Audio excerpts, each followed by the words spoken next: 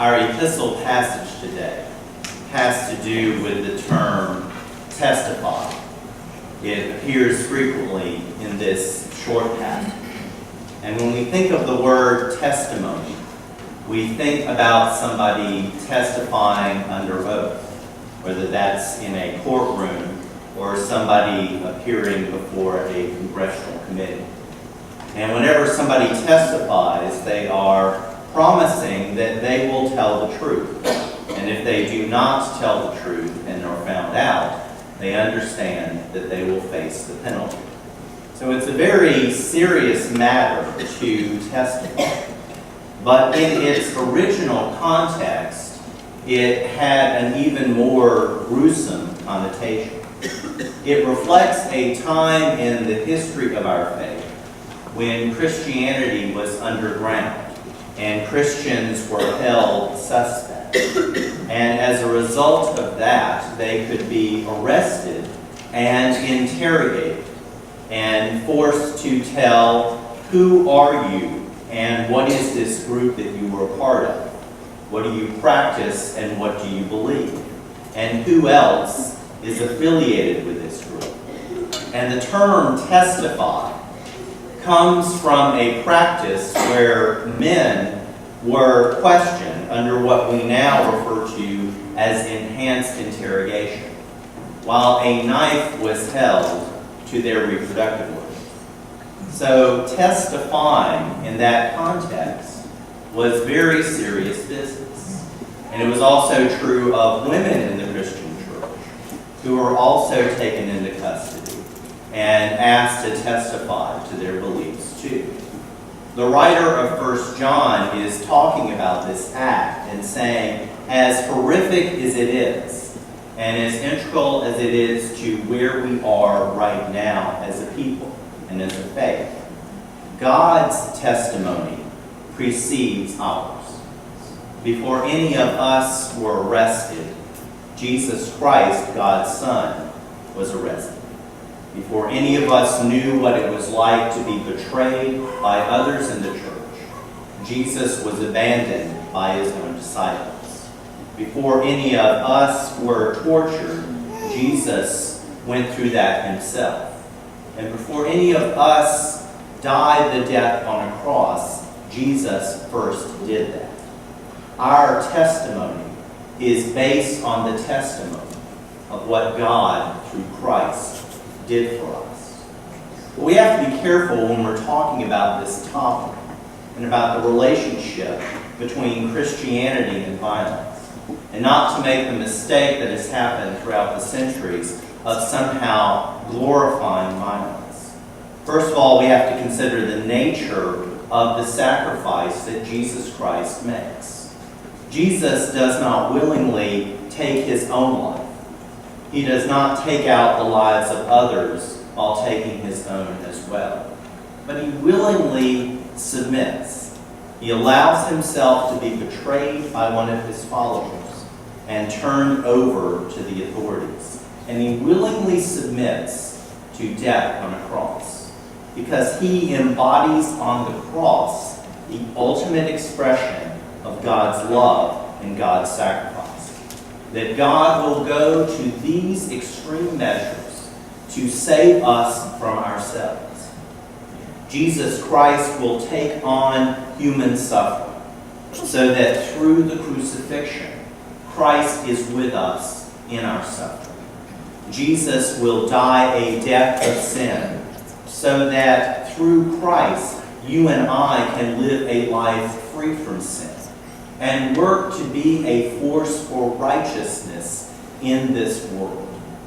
When it comes to this kind of a testimony, we have to keep a delicate balance.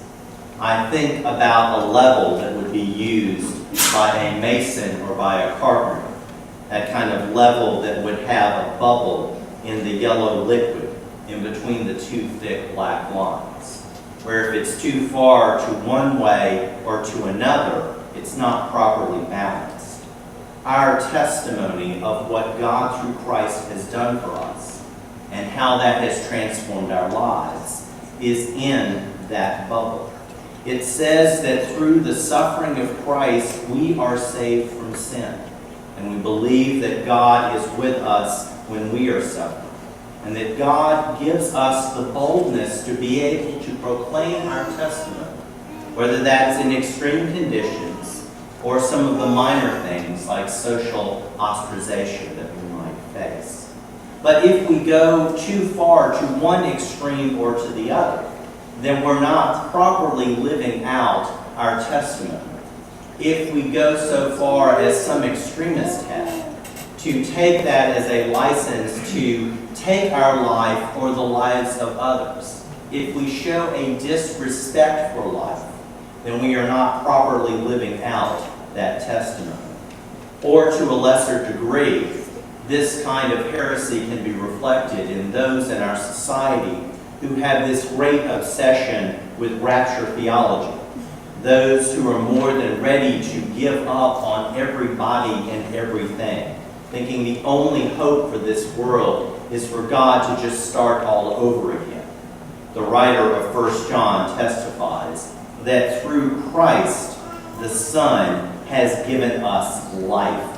And that's a life that begins now, with the quality of life that we have. And it affects how we look at one another and the world.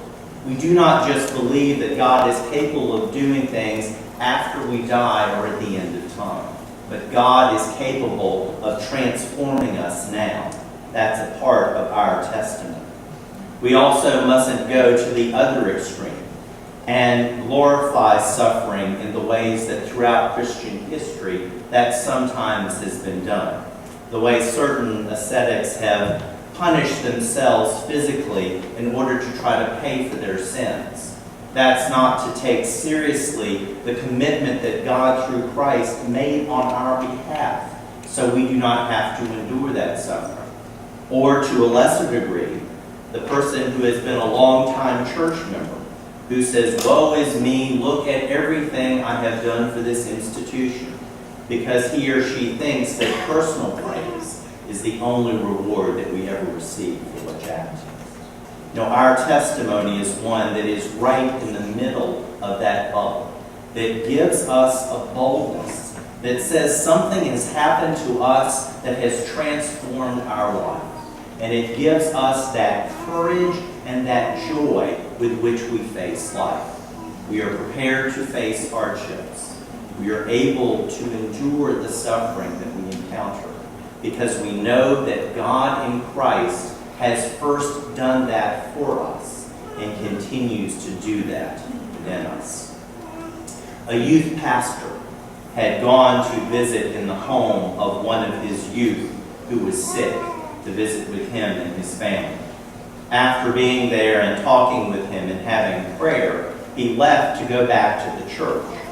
He was driving along a dirt road in the country when suddenly, out of nowhere, another car came and he swerved and almost ran off the road. He got out of the car and the driver of the other vehicle got out as well.